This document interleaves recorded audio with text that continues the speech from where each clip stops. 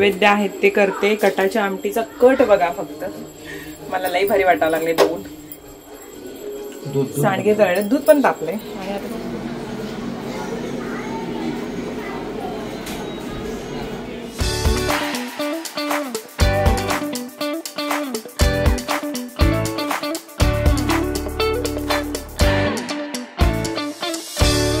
नमस्कार, मी Dhanashree house queen मध्ये तुमचं खूप सारे स्वागत करते. आजचा दिवस तुम्हाला खूप छान आनंदात जाऊ दे. तुमच्या मनातल्या सगळ्या चांगल्या इच्छा स्वामी महाराज पूर्ण करू. काल मी चपचपून केसांना तेल लावलं होतं, चंपी छान केली होती. कारण केरॅटिन ट्रीटमेंट असल्यामुळे कसं मी आता जरा झाले 3-3.5 महिने झाले. ते कसं असतं, तुम्ही जसं मेंटेन ठेवाल तशी ती ट्रीटमेंट राहते. आणि 1-2 महिन्यानंतर तुम्ही कंटाळता सगळं मेंटेन करायला. तर मग शॅम्पू मी स्विच केले होते कारण ते त्यावेळी अवेलेबल झाले नाहीत. मग ट्रिपल बॉन्ड केअर जो विश केअरचा शॅम्पू आहे त्याने केरॅटिनचं जे हेअर ट्रीटमेंटेड असतं तर त्यासाठी मला हे बरे पडतात हे वाले. तर आता नवीन पॅक त्याचं मागवून घेतला मी. तर आता हेअर वॉश करून घेते. आणि ज्यांचे केरॅटिन ट्रीटमेंटेड हेअर आहेत किंवा ज्यांना केस असे सॉफ्ट हवे असतील, फ्रिझी ड्राय किंवा ज्यांना डॅमेज्ड हेअर असतील तर त्यांच्यासाठी हे शॅम्पू जे आहेत ते बेस्ट आहेत. कारण मी स्वतः ते यूज केलेले आहेत. Keratin wish care triple bond repair शॅम्पूमध्ये 5% amino peptide repair complex PCA hydrolysed keratin सीक आले आहे, ज्यामुळे डॅमेज ड्राय आणि फ्रिझी हेअरवरती हे छान ॲक्शन करतं आणि आपले केस जे आहेत ते सॉफ्ट आणि सिल्की बनवतं. अप्लाय केल्यानंतर वॉश करायचं. त्याच्यानंतर हे जे आहे wish care triple bond repair booster Serum, जे की 10 मिनटं ठेवायचे केसांच्या वरती. त्याच्यामध्ये सुद्धा सेम घटक आहेत आणि त्याच्यामुळे केस रिपेअर व्हायला मदत होते. आणि ह्या प्रोडक्टचे डिटेल्स मी सगळे डिस्क्रिप्शन बॉक्समध्ये दिलेले आहेत, चेकआउट करायला विसरू नका. आणि आता मी होळीच्या जेवणाची तयारी करण्यासाठी मी काय केले, हरभरा डाळ जी आहे म्हणजे 350 ग्रॅमच्या आसपास असेल, पाव किलोच्या थोडंसं वरती, तर ती भिजत टाकले. कारण माझी मावशीने मला बोलली होती हरभरा डाळ शिजायला जास्त वेळ घेते, गॅस पण जास्त वेळ जातो. तर त्याच्या आधी म्हणजे पोळीच्या जेव्हा तू स्टार्ट करणार असेल त्याच्या 4-5 तास आधी भिजत ठेव. चांगली भिजली की लवकर शिजेल सुद्धा. नॉर्मल डाळीच्या बाबतीत हेच होतं. म्हणून मी काय केलंय, इथे डाळ जी आहे ती चांगली स्वच्छ धुतली आणि भिजत ठेवते. मी 4-5 वाजता पोळींचं जेवण करावं लागेल. म्हणजे 3 तास तरी जातात आपल्याला पोळीचं जेवण, कटाची आमटी, त्याच्यानंतर सगळं वेळ जाणारच आहे. तर त्याच्यासाठी म्हटलं ते आधी करून ठेवते. चलो ते आता आवरले. आता मी जाऊन येतो पटकन. आरो पण येतोय. तू तर पोळी बनवणार आहे, मी तर खेळणार आहे. तुला बनवायला लावणार की तुला बटाटे सोलायला लावणार, पप्पांना पण मदत करणार मला पोळी बनवण्यामध्ये. चलो चला जाऊयात. आता वाजले 1:30. माझं खोकला काही थांबायचं काम येणं, कारण सगळ्यांनी जे सांगितलं त्यातलं एक औषध परत स्टार्ट केलं. तर आडूस आहे ते सुरूच आहे. पण आता पोळ्या करून घ्यायच्या. जसं मी सकाळी दाखवलेलं, हे बघा डाळ जी आहे ती चांगली भिजलेली आहे, त्यामुळे ती शिजणार देखील लवकर. तर मग आता पोळीची तयारी करते. आता अजून तर 1:30 वाजलेत, तर हे अजून थोडासा वेळ भिजू देते, 1-2 तास. चांगली भिजली तर शिजायला सुद्धा कमी वेळ लागेल. पीठ जे आहे ते मळून ठेवते आणि ते मी कसं मळते हे तुम्हाला दाखवते. गव्हाचं पीठ घेतलंय, अंदाजानच घेतलंय मी. जसं मी म्हटलं 350 ग्रॅम डाळ जी आहे ती भिजत टाकलेली. 1/2 किलो गूळ आहे आणि ही गव्हाचं पीठ आहे. अंदाजानं जेवढं आपल्याला समजतं. तर याच्यामध्ये मी अर्धा चमचा मीठ, हळद थोडीशी आणि अगदीच ही जेवढी वाटी आहे त्यातले पण अर्धी वाटी मी जे आहे मैदा टाकणार आहे यामध्ये. बटाटे शिजवून घेतलेले आहेत. आता थंड झाल्यानंतर त्याची भाजी करेन. तर हे पीठ तरी मळून तर घ्यायचं, पण त्याच्या अगोदरच पीठ मळून घेण्याच्या कटाच्या आमटीसाठी जो मसाला लागतो तो तयार करून ठेवते. म्हणजे कसं पोळ्यांना कधी कांद्याचा वास लागू नये म्हणतात, त्याच्यासाठी जो मसाला आहे तो आधीच तयार करून घेते. आता मी ओलं खोबरं, सुकं खोबरं, धने, तीळ, खसखस, जिरं थोडंसं, आलं लसूणची पेस्ट, त्यानंतर कांदा आणि एक टोमॅटो चांगला भाजून टाकलाय. आणि हे जे सगळं आहे त्याचं आता वाटण करून ठेवते. थोडासा मैदा टाकलाय.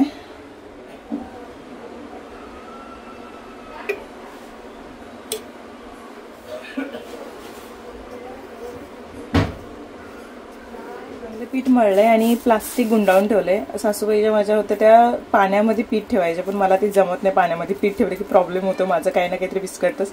म्हणून मी चांगलं मळले ते आणि ठेवून दिले. बघू जितका जास्त वेळ मुरेल तितकं बरंच आहे.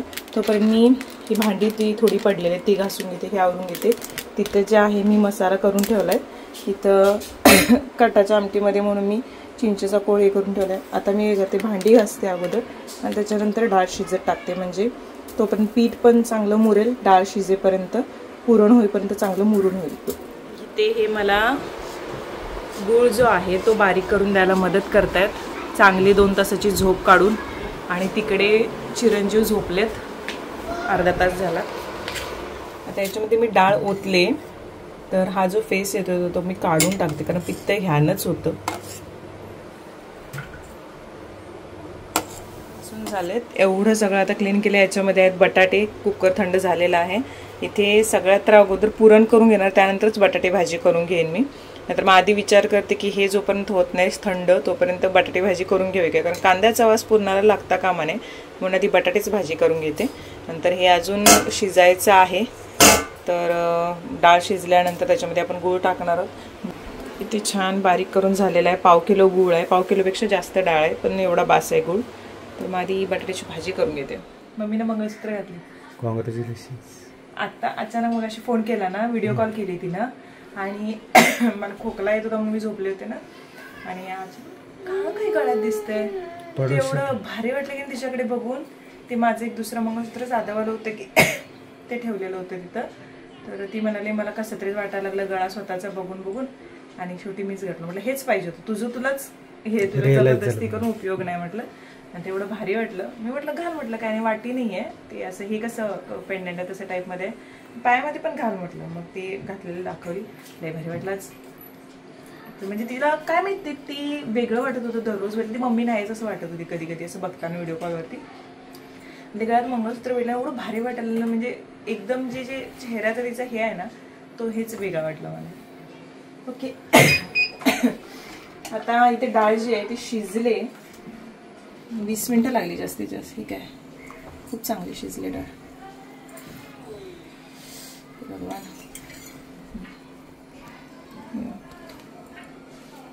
खूप चांगली शिजली. आता काय करते, हे डाळीचं जे पाणी आहे तर ते आधी भांड्यामध्ये काढून घेते. आता ओटा क्लीन केला.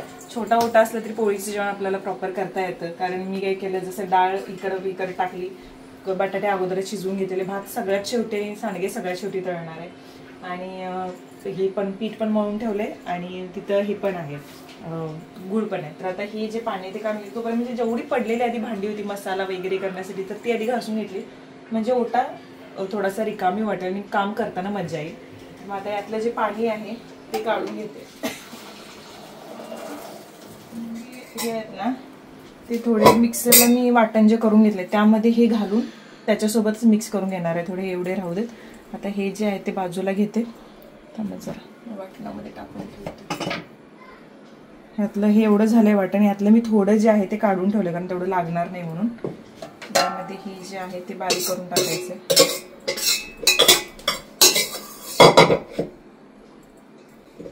का ते असं काढायचं, चव चांगली येते असं मम्मी म्हणते.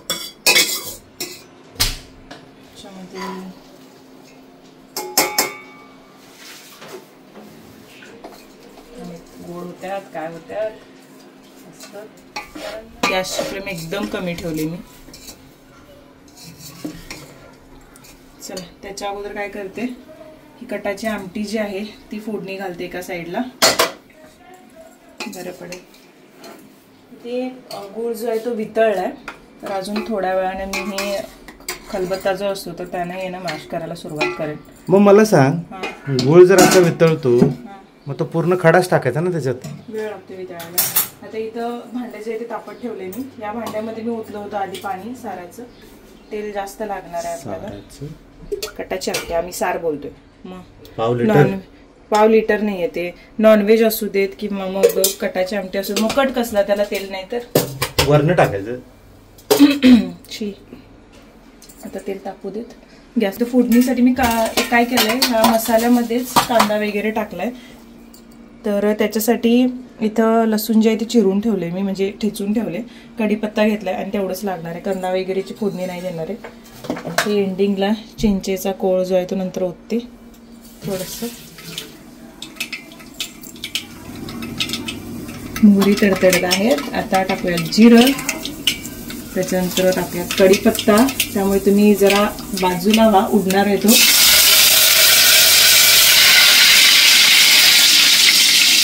त्यानंतर टाकूयात लसूण,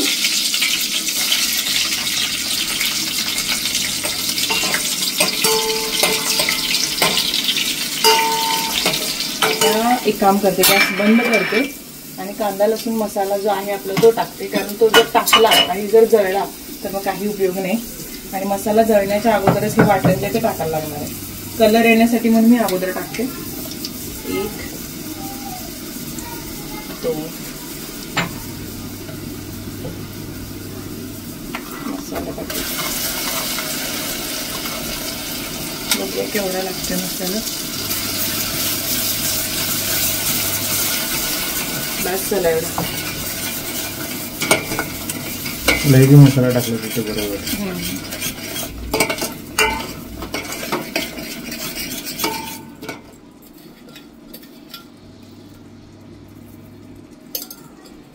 मी जेवढा मसाला केलेला त्यातला निम्मा घेतला आणि त्यातला पण थोडासा मी काढला बाजूला. आता तर काही कुठल्याही भाजीला वगैरे वापरता येतो. आता तसंही उद्या मी सोया चंक्सची बिर्याणी करायचा विचार करते, त्याच्यासाठी वापरेन. झाकण जरा झाकून ठेवूयात. मसाल्याला जरासं तेल सुटू देत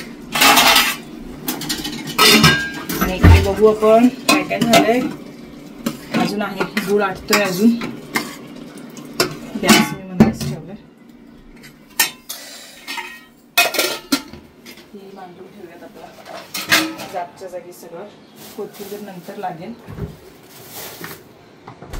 तिखट जागच्या जागी ठेवूयात. आणि हे सार एवढं आहे, पाहिजे तर वाढवायचं असेल तर मग गरम पाणी ऍड करायचं, टाकायचं सर. पण मला वाटत नाही की लागेल गरज, म्हणून एवढं बास आहे 4-5 जणांसाठी. सार पिणारे मेंबर नाही आहेत ना. हां, बाबा पितात सार. बाबांना ताईंच्याकडे जायला सांगितलं, म्हणजे काल म्हटले होते, बाबा फोन केले होते आणि मी म्हटलं जाऊन यायचं 2 दिवस थांबून. आता ते होळीच्या दिवशी नका थांबू, मग ते बहुतेक आज जातील. अक्षयला बोलवलंय पण काय माहिती येतोय की नाही काय. आता यांनी बोलले होते काय करणार घरात बसून ये म्हणून, काय माहित काय करते. हे जरासं तेल सुटू दे. तेल सुटल्यानंतर मी करूया तो. पण हे जे आहे ह्याच्यामध्ये आहे डाळ मिक्स, तर हे वेगळ्या वाटीमध्ये काढून ठेवते.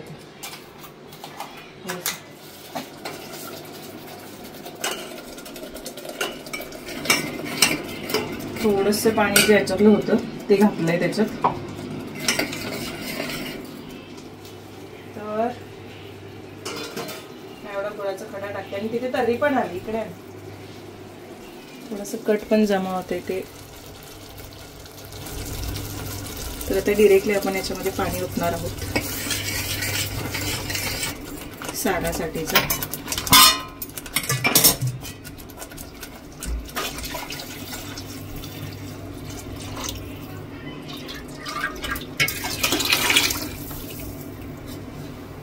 त्याच्यामध्ये पाणी जर ऍड करायचं असेल तर ते मला गरमच ऍड करावं लागणार आहे. पाणी तापत ठेवलं आणि गुळ वितळलेला तर तो काढून मी काय करते, हे पाणी जोपर्यंत तापत नाही ना तोपर्यंत हा वरवंट्याने असं छान मॅश करते. म्हणजे काय होईल, नंतर जेव्हा मी इथे परत ठेवीन ना तर व्यवस्थित एकजी होईल. तर इथं पाणी तापत येत आहे आणि इथे कटाची आमटी तयार आटलेला आहे. जे आपला गुळ आहे तो प्रॉपर. अजून एक थोडासा वेळ मी ठेवते, बऱ्यापैकी आटून हे झाले. आता इथे जे कटाची आमटी होते तर त्याच्यामध्ये हे चिंचेचा कोळ जो आहे तो टाकला. थोडीशी चिंच घेतलेली आणि मी पाण्यामध्ये भिजत ठेवलेली थोडा वेळ. आता चांगली उकळी येऊ देत, सोडून देऊ याला अशाच. गॅसची फ्लेम मी कमी केले पूर्ण. एक उकळी आली की नंतर थोडासा वेळ जास्त उकळी काढून आपण बंद करू. आता इथे थोडंसं आता हे तळाला चिकटतंय, अजून थोडंसं होऊ देत म्हणून मी थांबले, म्हणजे पुरण व्यवस्थित येईल.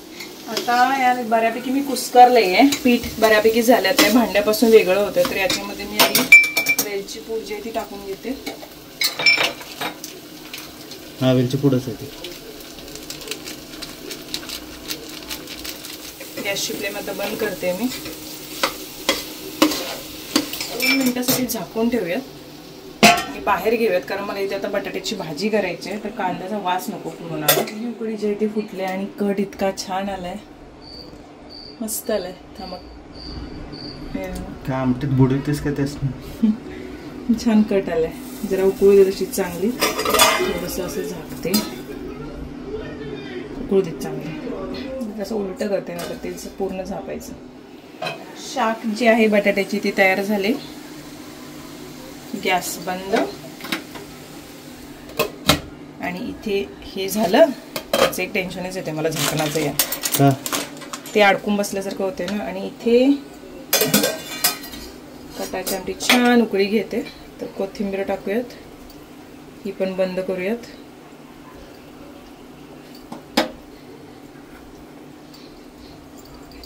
बोला. पुरण वाटून झाले. पुरण वाटता वाटता नाकी वाट लागली. नाकी न होलं ते एवढं झालं. मी तर गिवअपच केलं. झालंय तरी आता पोळ्या करायला घेऊयात आपण. मगाशी एवढा भांड्यांचा ढीग होता, आता परत एवढं झालंय. मी काय केलं, प्लास्टिकमध्ये पीठ जे ठेवलं तर पीठ बघतंय. पुरण होईपर्यंत पूर्ण पीठ अगदी व्यवस्थित तयार झालंय. तरी मी 5-6 वेळा त्याला चांगलासा बडवते, म्हणजे पोळ्या छान होतील.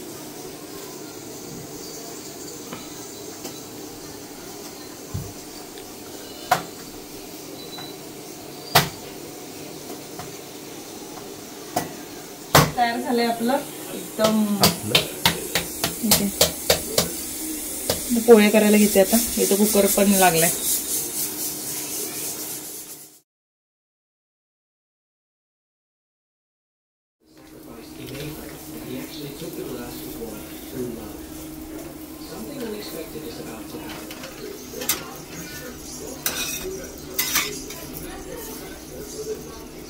खूप ग बाई, खूप अशी रुसू नको माझ्यावर. खूप. अरे देवा, एक चुकलं ना माझं म्हणून रुसली ती. असं ठेवायचं होते, ते पाया पडायचं होतं. आईंच्या हातच्या काय पोळ्या मला एकदाच मिळाल्या. 1 नंबर पोळ्या. म्हणजे ताईला पण येत नाहीत. ताईला पण येत नाहीत म्हटलं. ताई पण करतात की खरं पोळ्या. करते पण तशा येत नाहीत म्हटलं.